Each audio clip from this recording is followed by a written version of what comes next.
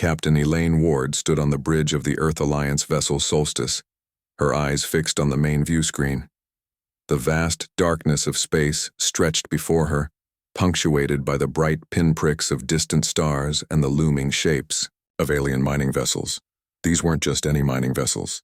They belonged to the Vraxian Collective, an ancient spacefaring civilization known throughout the galaxy for their methodical expansion and resource extraction. "Scan complete, Captain," said Lieutenant Kate Summers from the science station. "The Vraxians have expanded their operations by another 12% since yesterday. They've begun core drilling on the third moon of Aldebaran 4. Elaine's jaw tightened. That moon housed a small research outpost with 27 Earth scientists. The Vraxians either didn't know or didn't care. "Any response to our hails?" she asked, though she already knew the answer. Communications Officer Greg Palmer shook his head. "Nothing, Captain. That's the 7th attempt in 3 days." The bridge fell silent. The crew of the Solstice had been patrolling this sector for nearly 2 weeks, watching as the Vraxian mining fleet systematically stripped resources from a system that, according to all Earth Alliance treaties and declarations, belonged to humanity. Their mission was supposed to be simple: establish contact, inform the Vraxians of their trespass, and negotiate their peaceful withdrawal. So far, they had failed at step 1. "Let's try a different approach," Elaine said, moving to the center of the bridge. "Record this message for broadcast on all frequencies, including the old emergency bands and trading channels." Greg nodded, fingers moving across his console. "Ready when you are, Captain." Elaine straightened her uniform jacket and looked directly at the recording sensor. "This is Captain Elaine Ward of the Earth Alliance vessel Solstice. Your mining operations have entered sovereign human territory without authorization. We request immediate dialogue to resolve this situation peacefully. Be advised that continued refusal to communicate will be considered hostile intent. We will allow 24 Earth hours for your response." She made a cutting motion with her hand, and Greg ended the transmission. "Send it on repeat, all channels," she ordered. "Make sure they can't pretend they didn't hear us." "Yes, Captain," Greg said, implementing her instructions. First Officer Ryan Jackson approached her command chair as she sat down. "Do you think they'll respond this time?" he asked quietly. "They'd better," Elaine replied. "Earth Command won't tolerate this incursion much longer. If we can't resolve this diplomatically—" She left the sentence unfinished, but everyone on the bridge understood. Humanity had fought hard for its place among the stars. 3 generations since achieving faster-than-light travel, they had expanded cautiously but steadily, learning harsh lessons about survival in a galaxy where they were newcomers. They weren't about to let an alien collective, no matter how ancient or technologically advanced, simply take what was theirs. "Captain," Kate called from her station, "I'm detecting energy spikes from the largest Vraxian vessel. They might be preparing to send a response, or preparing weapons," muttered Security Chief Paul Harris, his hand moving instinctively to the sidearm he wore even on the bridge. "Let's not jump to conclusions," Elaine said, though her own thoughts had gone in the same direction. "Maintain yellow alert status, but take no aggressive actions." The minutes stretched into an hour as they watched and waited. The Vraxian ships continued their mining operations, massive mechanical arms extending from their hulls to extract minerals from the nearby asteroids.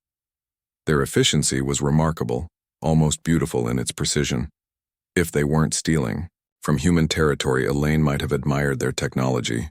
"Captain," Greg said suddenly, "we're receiving a transmission. Text only." "Put it on screen," Elaine ordered, standing up. The message that appeared was brief and direct. "Earth vessel, your claim is noted. Vraxian operations will continue as scheduled. Further interruptions are unwelcome." Elaine read it twice, feeling the anger rise within her. "That's not a response. That's a dismissal." "Should I send another hail?" Greg asked. "No." Elaine's decision was immediate. "They've made their position clear. Now we need to make ours clearer." She turned to her first officer. "Ryan, prepare a shuttle. I want a closer look at their operation." Ryan looked concerned. "Captain, That could be seen as an aggressive move. It's a reconnaissance mission in our own territory, Elaine corrected him. And I want them to see us. I want them to know we're not going away. 30 minutes later, Elaine sat in the co-pilot seat of the shuttle Horizon as Ryan guided them toward the edge of the Vraxian mining area. From this close, the alien ships were even more impressive. Hulking metal constructs with intricate arrays of drilling equipment and collection mechanisms. The largest was easily 3 times the size of the Solstice. Take us in a wide arc, Elaine instructed. I want detailed scans of each ship in the fleet. As they approached the first mining vessel, a warning light flashed on their console. They've locked some kind of tracking beam on us, Ryan reported, his voice steady despite the tension. Maintain course, Elaine said. They're just trying to intimidate us. The shuttle continued its path, sensors gathering valuable data on the Vraxian operation. Elaine studied the readouts with growing concern. These weren't temporary mining platforms. The aliens were setting up permanent extraction facilities. Suddenly, a bright energy beam shot across their bow, missing the shuttle by mere meters. Warning shot, Ryan said unnecessarily, his hands already moving to turn the shuttle away. No, Elaine countered. Complete the scanning run. They won't fire on us directly. How can you be sure? Because they don't consider us a threat, she said grimly. They think we're harmless, and that's their biggest mistake. The shuttle completed its circuit without further incident, though several more warning beams cut through space around them. When they returned to the Solstice, Elaine immediately called a meeting of her senior staff in the ship's conference room. The scans confirm what we suspected, Kate reported, displaying the data on the room's main screen. They're establishing long-term operations. At their current rate, they'll strip the entire Aldebaran system of valuable minerals within 6 months. And the research outpost? Elaine asked. In immediate danger, Kate confirmed. Their drilling is causing seismic activity on the moon. If they continue, the outpost could be destroyed within days, even if they don't directly target it. Security Chief Harris leaned forward. Captain, regulations are clear. This is an invasion of Earth Alliance territory. I agree, Elaine said. But we're a single ship. We need reinforcements before we can take any direct action. She turned to Greg. Send a priority message to Earth Command. Include all our scan, data, and the Vraxian response. Yes, Captain, Greg acknowledged. And send one more message to the Vraxians, Elaine added. Tell them that their operations threaten a human research outpost and that any harm to Earth citizens will be considered an act of war. The room fell silent as everyone processed the gravity of her words. Do you think they'll listen this time? Ryan asked. Elaine looked at the images of the massive Vraxian ships on the display. No, she said honestly. I think they believe they can do whatever they want without consequences. But they're wrong. She stood up, her decision made. We have a duty to protect that outpost in this territory. If the Vraxians won't respect our warnings, they'll learn what happens when humanity is pushed too far. As her officers filed out to carry out their orders, Elaine remained in the conference room staring at the star map of the sector. Humanity was young compared to species like the Vraxians, but they had learned to survive in a hostile universe. They had learned to fight when necessary. They should have heeded the warning, she murmured to herself, for their sake. 3 days passed with no response from the Vraxian collective. Captain Elaine Ward spent those days evacuating the research team from Aldebaran IV's moon. The scientists left behind years of work and valuable equipment, but at least they were safe aboard the Solstice. On the 4th day, as Elaine reviewed options with her senior staff, Communications Officer Greg Palmer interrupted the meeting. Captain, we're receiving a transmission from the lead Vraxian vessel. They're requesting a meeting. The officers exchanged surprised glances. It seems our warning finally got through to them, First Officer Ryan Jackson said. Elaine wasn't so sure. Or they've finished their initial extraction and are ready to talk now that they have what they wanted. She stood up. Tell them we accept. Suggest neutral ground, the trading station Horizon in the neighboring system. 6 hours later, Elaine led a small delegation aboard the Horizon station. The trading post was a hub of activity, with merchants, and travelers from dozens of species moving through its circular corridors. For this meeting, station management had cleared a private conference room with views of the swirling gas giant the station orbited. Ambassador Howard Fletcher had arrived from a nearby colony to join the delegation, along with military advisor Emma Lee. Both were experienced in dealing with non-human civilizations, though neither had met Vraxians before. "Remember," Howard advised as they waited, "the collective is over 50,000 years old. They view younger species like us as barely worth noticing. We need to project strength without seeming aggressive." Emma nodded. "Intel suggests they respect technological capability above all else. If they think we're primitive, they won't take our claims seriously." The door slid open before Elaine could respond. 3 Vraxians entered the room. They moved with strange, fluid grace despite their tall, gaunt frames. Their skin was pale blue-gray, almost metallic in appearance, and their eyes reflected light like polished mirrors. The lead Vraxian stepped forward. "I am Overseer Skal. I speak for the collective in this sector." His voice had an odd echoing quality as if coming from somewhere other than his narrow mouth. Elaine stepped forward. "Captain Elaine Ward, Earth Alliance Vessel Solstice. This is Ambassador Howard Fletcher and military advisor Emma Lee." The Vraxians made no move to shake hands or bow. They simply stared, unblinking. "Please be seated," Howard said, gesturing to the chairs arranged around the conference table. The Vraxians sat with perfect synchronization, their movements unnervingly precise. "We appreciate your willingness to meet," Howard began, his diplomatic training evident in his calm tone. "There seems to be a misunderstanding regarding the status of the Aldebaran system." Overseer Skal tilted his head slightly.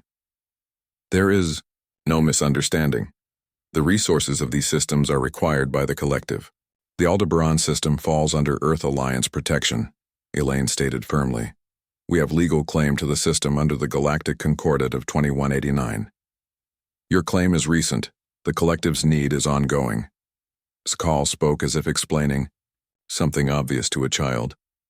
"Your species is young. You do not yet understand the hierarchies of galactic civilization." Emma Lee leaned forward. "With respect, Overseer, the age of our civilization doesn't negate our territorial rights. Your mining operations have already endangered a research outpost and violated multiple boundaries established by interstellar law." The second Vraxian spoke for the first time. "Laws created by younger species for their own benefit do not bind the collective." His tone was dismissive. Elaine felt her patience wearing thin. "Regardless of your view on galactic law, you cannot simply take what belongs to others. We have citizens and interests in that system. Resources flow to those who can utilize them most efficiently," Skal replied. "This is the natural order." Howard tried a different approach. "Perhaps we could discuss a mutually beneficial arrangement. The Earth Alliance would be open to limited resource sharing in exchange for technological exchange." The 3 Vraxians turned to look at each other in perfect unison, their mirror-like eyes reflecting the room's light in flashes. No words were exchanged, but Elaine got the distinct impression they were communicating somehow. Skal turned back to the humans. "The collective has calculated that your species requires merely 8.4% of the resources we extract. This is inefficient distribution." "That's not the point," Elaine said, struggling to keep her voice level. "The point is that you entered our territory without permission and began stripping resources without negotiation or compensation. Negotiation is unnecessary when outcomes are predetermined," the third Vraxian stated. It was the first time he had spoken, and his voice was colder than the others. Emma Lee's hand moved slightly toward the sidearm she carried, though she didn't draw it. The gesture wasn't lost on the Vraxians, whose reflective eyes tracked the movement precisely. "You consider violent response?" Skal asked, sounding almost curious. "We consider all options when our sovereignty is violated," Emma replied evenly. Howard shot her a warning glance before addressing the aliens again. "What we're trying to establish is a foundation for peaceful coexistence. The Earth Alliance has no desire for conflict, yet you threaten it, Zakal observed. We didn't start this, Elaine countered. You ignored our communications, dismissed our warnings, and continued operations that endangered our people. Your warnings were noted, Zakal said, and deemed irrelevant. The room grew silent as the humans processed this blunt statement. Elaine stood slowly. Let me be absolutely clear. You will cease all mining operations in human territory within 72 hours, or we will consider it an act of war. For the first time, the Vraxians showed something like emotion, a subtle shifting of their metallic features that might have been amusement. War requires relatively equal adversaries, Zakal said. The collective has existed for 50 millennia. We have encountered 312 spacefaring species. Many made similar threats. Where are those species now? Emma asked quietly. The Vraxians didn't answer directly. Instead, Zakal rose from his seat with the same fluid precision with which he had sat down. Your warning is noted, Captain, he said, and dismissed. This meeting is concluded. The three Vraxians left the conference room without another word, moving in perfect coordination. As the door closed behind them, Howard let out a long breath. That went about as badly as it could have. No, Elaine replied, her expression grim. It could have been worse. At least now we know exactly where we stand. Emma was already activating her secure communication device. I need to contact Alliance Command immediately. They need to know the diplomatic approach has failed. Tell them to send everything they can spare, Elaine said. I don't think the Vraxians will back down without a show of force. As they prepared to return to the solstice, Elaine paused at the viewport, looking out at the stars. Humanity had fought hard for its place in the galaxy. They had overcome challenges, made allies, and built something worth protecting. They think we're weak, she said softly. They think we'll back down. Then they don't know humans very well, Howard replied, joining her at the window. No, Elaine agreed, but they're about to learn. She turned away from the viewport, her decision made. We gave them their warning. What happens next is on them. The 72-hour deadline passed. Not only had the Vraxians ignored Captain Elaine Ward's warning, but they had expanded their mining operations to 2 additional systems near Aldebaran. The message was clear. They did not take humanity's claims seriously. Elaine stood in the main briefing room of Earth Alliance headquarters in Geneva. She had been recalled from the solstice to report directly to the Alliance Council. The room was filled with the highest-ranking military and political leaders of humanity, their faces grave as they viewed the latest sensor data from the contested systems. They've increased operations by nearly 40%, Elaine explained, pointing to the holographic display. They're not just ignoring our warnings, they're deliberately challenging us. Admiral Frank Porter, the silver-haired commander of the Alliance fleet, nodded slowly. Your assessment matches our intelligence. Captain, the Vraxians believe we lack both the will and the capability to stop them. President Diane Russell, a tall woman with dark skin and a commanding presence, studied the display carefully. How much time do we have before they strip these systems clean? At their current rate of extraction, the Aldebaran system will be depleted of all valuable resources within 5 months, Elaine replied. The neighboring systems shortly after that. The room fell silent as the council members considered the implications. These weren't just any star systems. They represented humanity's hard-won expansion into the galaxy, containing research outposts, fledgling colonies, and vital resources for Earth's growing population. We have tried diplomacy, President Russell finally said. It has failed. The Vraxians respect only strength. Therefore, we must demonstrate our strength. She turned to Admiral Porter. How quickly can we deploy the fleet? The 1st and 3rd battle groups can reach Aldebaran within 36 hours, Porter replied. That's 25 warships, including the flagship Defiant. The largest fleet we've ever assembled, someone murmured. And if that's not enough? Asked Defense Minister Alan Reeves. For the first time since the meeting began, Dr. Caroline White spoke up. As the head of the Alliance Advanced Weapons Division, her presence at the council meeting was unusual and significant. Then we use Project Sunfire, she said quietly. A ripple of uneasy murmurs spread through the room. Project Sunfire was the Alliance's most closely guarded secret, a revolutionary weapon system developed over the past decade but never before deployed. President Russell's expression hardened. I had hoped we would never need to use it. With respect, Madam President, Dr. White said, this is precisely the situation for which it was designed. The Vraxians have left us no choice. After another moment of silence, the President nodded. Very well. Admiral Porter, you will lead the fleet to the Aldebaran system. You will give the Vraxians one final opportunity to withdraw. If they refuse... She paused, the weight of the decision evident in her voice. You are authorized to deploy Sunfire. 24 hours later, Captain Elaine Ward found herself back on the bridge of the Solstice, which now formed part of the largest military force humanity had ever assembled. 25 warships had jumped into the contested space, surrounding the Vraxian mining fleet in a carefully choreographed maneuver. The sight was impressive, even to Elaine. The Earth ships, with their sleek, angular designs, stood in stark contrast to the bulky, industrial forms of the Vraxian vessels.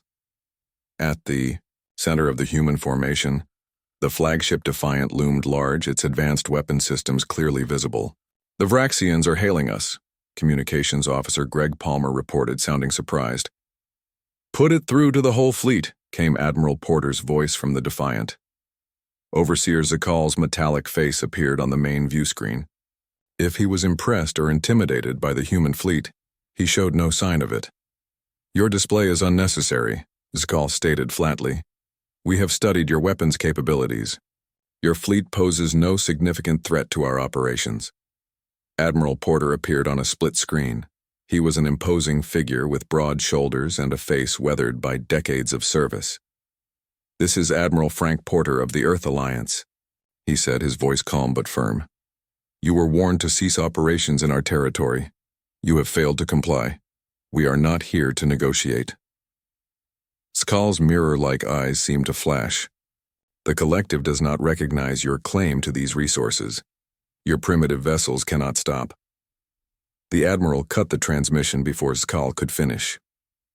All ships, battle formation Delta, Porter ordered over the fleet-wide channel. Prepare Sunfire missiles for launch. On the bridge of the Solstice, Elaine felt a mix of anticipation and dread. She had been briefed on Project Sunfire during her time at Earth headquarters, but she had never seen it in action. No one had. Captain, we've taken position on the fleet's port flank, Ryan Jackson reported from the helm. Weapons systems ready, Security Chief Paul Harris added. Hold fire unless directly engaged, Elaine ordered. This is the Admiral's show now. On the main screen, they watched as 4 specialized vessels moved into position around the fleet. These ships, unmarked and without standard Alliance insignia, were the delivery systems for the Sunfire technology. Vraxian vessels are powering up weapons, Kate Summers reported from the science station. They're preparing to engage. Before the aliens could fire, the 4 specialized human ships launched their payloads, not toward the Vraxian vessels, but toward the nearby sun. What are they doing? Ryan asked, confusion evident in his voice. Elaine watched the missiles streak toward the star. They're teaching the Vraxians a lesson. For several long moments, nothing seemed to happen. The Vraxian ships began firing, their energy weapons lancing out toward the human fleet, but causing minimal damage against their advanced shields. Then the sun flared. It wasn't a natural solar flare. It was something else entirely. A controlled, directed eruption of plasma and energy that shot outward from the star's surface directly toward the Vraxian mining fleet. All Alliance vessels, maintain position and shields, Admiral Porter's voice came through, calm despite the spectacular event unfolding before them. The Vraxian ships scattered in panic as the massive solar flare erupted toward them. Several vessels were caught in the plasma storm, their shields failing under the onslaught of stellar energy. Open a channel to Overseer's call, Elaine ordered. When the Vraxian's face appeared on screen, she saw something she hadn't seen before. Fear. What have you done? Skal demanded. We've initiated a controlled solar flare, Elaine explained, calmly. Directed away from all inhabited systems but directly toward your mining fleet. You have 17 minutes before the full force of the flare reaches your position. That should be sufficient time to evacuate given your superior technology. Skal's mirror eyes widened. This is impossible. No species we have encountered possesses such capability. Perhaps you should have studied us more carefully before dismissing our warnings, Elaine replied. The Alliance doesn't make threats, Overseer. We give warnings. Just one. As the communication ended, Elaine watched the Vraxian fleet scramble to escape the approaching solar storm. Most would make it. The Alliance had calculated the timing carefully. This was a demonstration, not a massacre. Captain, Kate called from her station. I'm detecting unusual energy readings from the remaining Vraxian ships. They appear to be preparing for a long-range jump. They're running, Ryan said with satisfaction. But Elaine wasn't so sure. She had seen the look in Skal's eyes. It wasn't just fear she had seen. It was humiliation. And in her experience, humiliated enemies rarely ran far or for long. They're retreating for now, she said quietly. But I don't think this is over. As the solar flare washed over the abandoned Vraxian mining equipment, turning it to superheated vapor, Elaine couldn't shake the feeling that they had just struck the first blow in what would become a much larger conflict. She was right. The captains warned them once. Now the stars are burning. Part 4-2. Weeks passed after the Sunfire demonstration. The Earth Alliance celebrated what seemed like a victory. The Vraxian mining fleet had withdrawn completely from human territory, and emergency restoration teams were already working to repair the damage to the Aldebaran system. Captain Elaine Ward did not join the celebrations. Something about the Vraxian retreat bothered her. It had been too quick, too complete. The collective had existed for 50,000 years. They would not accept such a public humiliation without response. She was on the bridge of the solstice when her fears were confirmed. Captain, emergency transmission from Proxima Centauri, Greg Palmer called out, his voice tight with alarm. The colony is under attack. Elaine felt her blood run cold. Proxima Centauri Carthor housed one of humanity's oldest and largest off-Earth settlements, with a population of over 3,000 civilians. Put it through, she ordered, rising from her command chair. The face that appeared on the view screen belonged to Colony Governor Sam Martinez. Behind him, warning lights flashed and people ran in panic. This is Proxima Centauri calling any Alliance vessels. We are under attack by Vraxian warships. They appeared without warning and began bombarding the residential sectors. Our defenses are failing. We need immediate assistance. The transmission cut off abruptly, replaced by static. Set course for Proxima Centauri, maximum speed, Elaine ordered immediately. Alert Alliance Command and request reinforcements. As the solstice jumped to faster-than-light travel, Elaine called an emergency meeting of her senior staff. This is a direct retaliation for Aldebaran, she told them grimly. The Vraxians are sending a message. They can hit us where it hurts. Proxima Centauri is 15 light-years from Aldebaran, Ryan Jackson pointed out. How did they mobilize so quickly? They must have had warships nearby all along, Security Chief Paul Harris suggested. The mining fleet was just the visible presence. Whatever the case, we need to get there fast, Elaine said. Kate, what's our ETA? Lieutenant Kate Summers checked her data pad. 3 hours at maximum speed, Captain. But if the attack began an hour ago, she didn't need to finish. Everyone knew what that meant. By the time they arrived, much of the damage would already be done. The solstice dropped out of faster-than-light travel at the edge of the Proxima Centauri system 3 hours later. 4 other Alliance ships had responded to the distress call and arrived just before them. It wasn't nearly enough. 7 Vraxian warships orbited Proxima Centauri 4. Unlike the bulky mining vessels they had encountered before, these were sleek, predatory craft clearly designed for combat. Parts of the colony below were visibly burning, even from orbit. Tactical assessment, Elaine demanded. Paul studied the sensor readings. The Vraxian vessels outgun us at least 3-1. Their shields appear more advanced than the mining ships as well. Have they detected us? Yes, Captain, they're changing formation now. Elaine made a quick decision. Open a channel to all Alliance vessels. We need to coordinate. The faces of 4 other captains appeared on her screen, each looking as grim as she felt.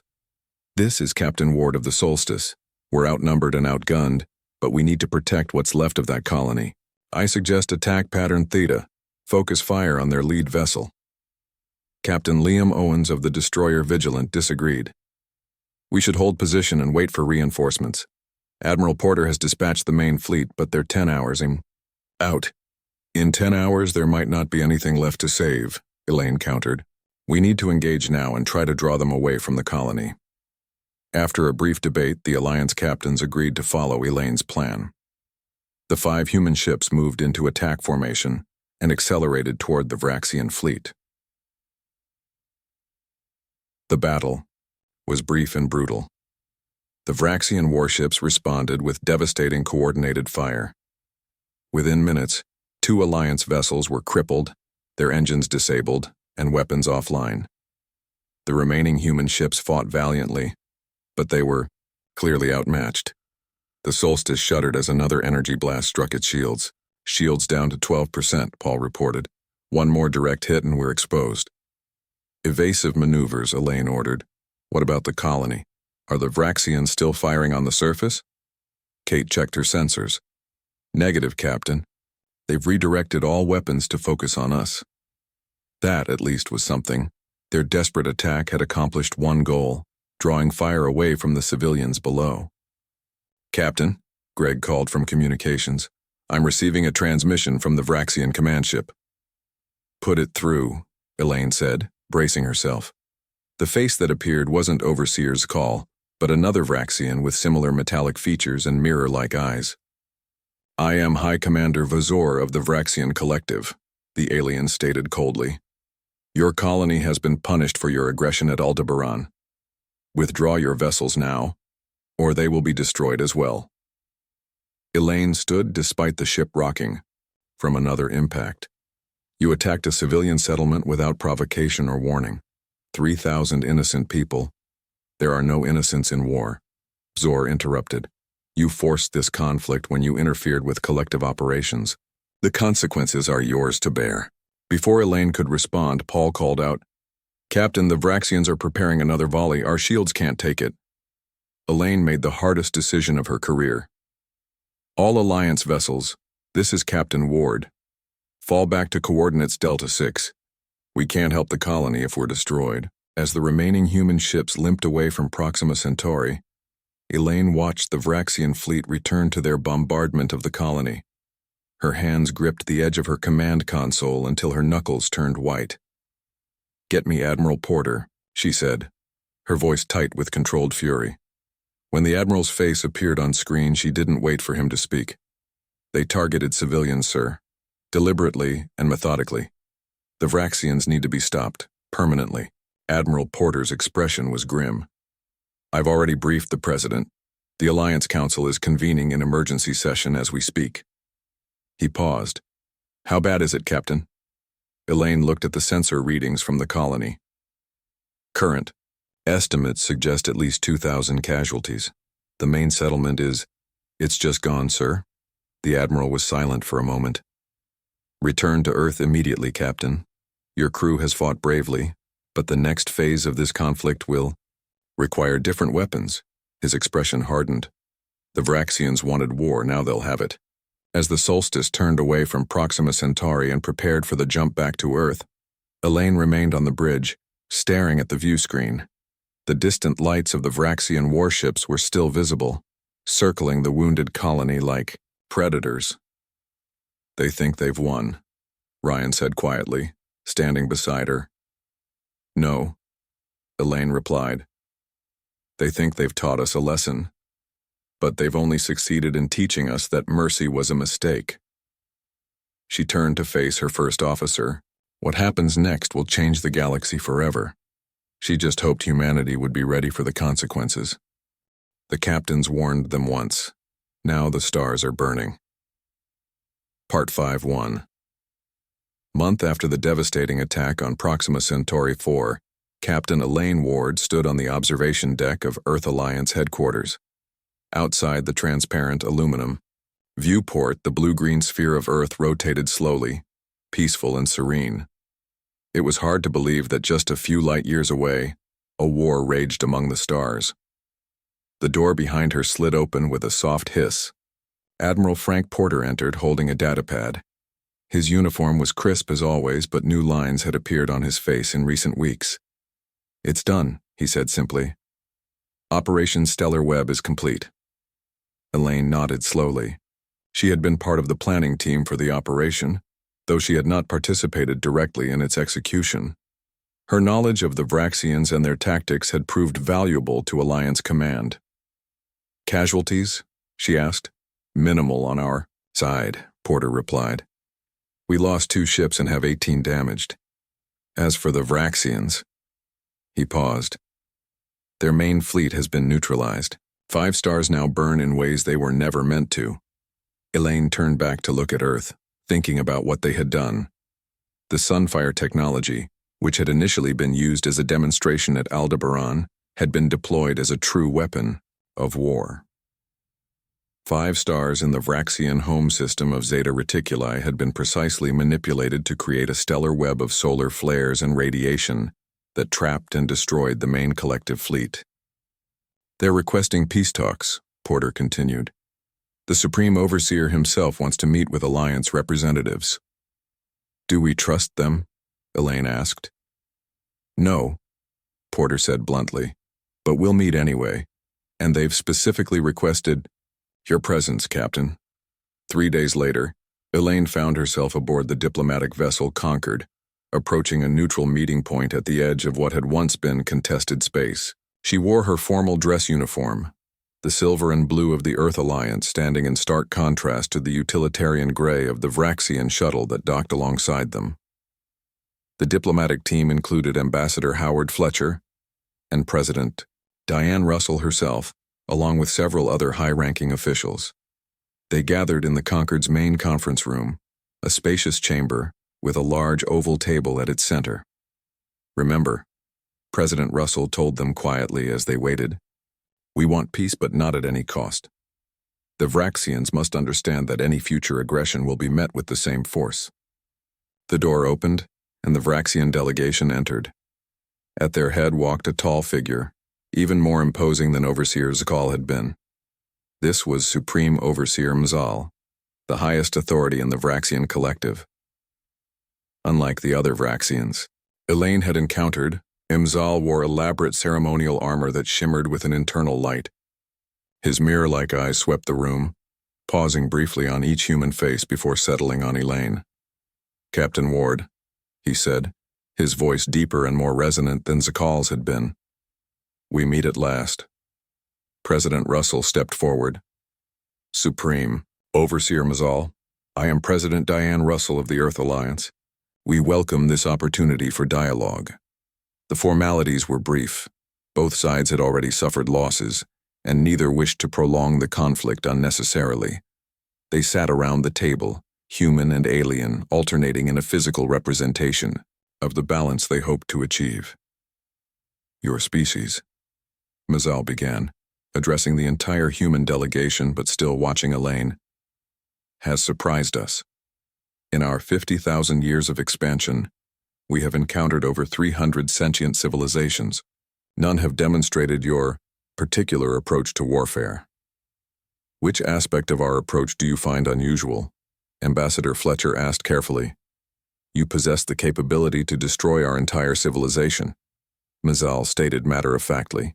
"Your Sunfire technology could have triggered supernovae in all our inhabited systems. Yet you exercised restraint, even after our attack on your colony." Elaine noticed the Supreme Overseer did not apologize for Proxima Centauri. Perhaps the concept was foreign to Vraxian culture. "Genocide was never our objective," President Russell said firmly. "We sought only to protect what is ours and to end your aggression against our people." "A concept we are beginning to understand," Mzal acknowledged. "Your warning was clear. We failed to heed it." The negotiations continued for hours, covering territory boundaries, reparations for Proxima Centauri, and potential future cooperation. Throughout the discussions, Elaine remained largely silent, observing the Vraxians carefully. There was something different about them now, a certain caution that hadn't been present before. When the formal talks concluded for the day, most of the delegates left to prepare for the next session. Elaine remained behind, reviewing some notes, when she realized Supreme Overseer Mizal had also stayed. "You have questions, Captain Ward?" the Vraxian leader asked. Elaine looked up at him. "Just one. Will your people honor this treaty? Or will we find ourselves fighting again when you believe we've lowered our guard?" Mizal was silent for a moment, his metallic features unreadable. "The collective has existed for 50 millennia because we learn and adapt. We have learned much from this conflict." He moved to the viewport, gazing out at the stars. "For most of our history, we have expanded without meaningful resistance. Species either yielded or were too weak to stop us. We became complacent. And now?" Elaine prompted. "Now the stars are burning," Mimzal said, turning back to her. "Your captains warned us once. We did not listen. That error will not be repeated." "I hope not," Elaine replied, "for both our sakes." The peace treaty was signed 3 days later. It established clear boundaries between human and Vraxian space, with provisions for potential trade and scientific exchange in the future. As the document was finalized, Lieutenant Kate Summers, who had accompanied Elaine to the signing, leaned close to her captain. "Do you think they'll honor it?" she whispered. Elaine watched as President Russell and Supreme Overseer Mizal shook hands, an alien gesture the Vraxian had studied and adopted for the occasion. "I believe they will," she replied quietly. "They understand us better now." As the Earth delegation prepared to depart, Mzal approached Elaine one last time. "Your civilization is young," he said, "but formidable. The collective has existed long enough to recognize when a new power emerges in the galaxy. What you did with the stars, it will not be forgotten." "That was our intention," Elaine acknowledged. "Your captains warned us once," the Vraxian leader said, his multifaceted eyes reflecting the starlight from a nearby viewport. "And now the stars are burning. A lesson the collective will not soon forget." Throughout the galaxy, the news spread quickly. The young human species had stood against the mighty Vraxian collective, and the collective had backed down. Other civilizations began reaching out to the Earth Alliance, curious about these newcomers, who could make the stars themselves burn. Humanity's place in the galactic community was forever changed. They were no longer seen as upstarts or novices, but as equals, perhaps even as something to be feared.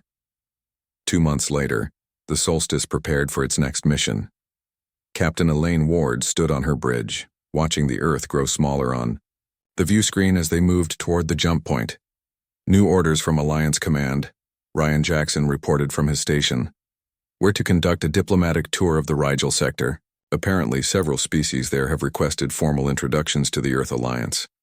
Elaine nodded, understanding the real purpose of the mission. It wasn't just diplomacy, it was a show of peaceful strength, a reminder to the galaxy that humans were a force to be respected. "Set course, Mr. Jackson," she said. "Let's go meet our neighbors." As the Solstice jumped to faster-than-light travel, Elaine thought about the fire they had unleashed among the stars. She hoped it would light the way to peace rather than further conflict. But if trouble came again, humanity would be ready. They had given their warning once, they wouldn't need to give it twice.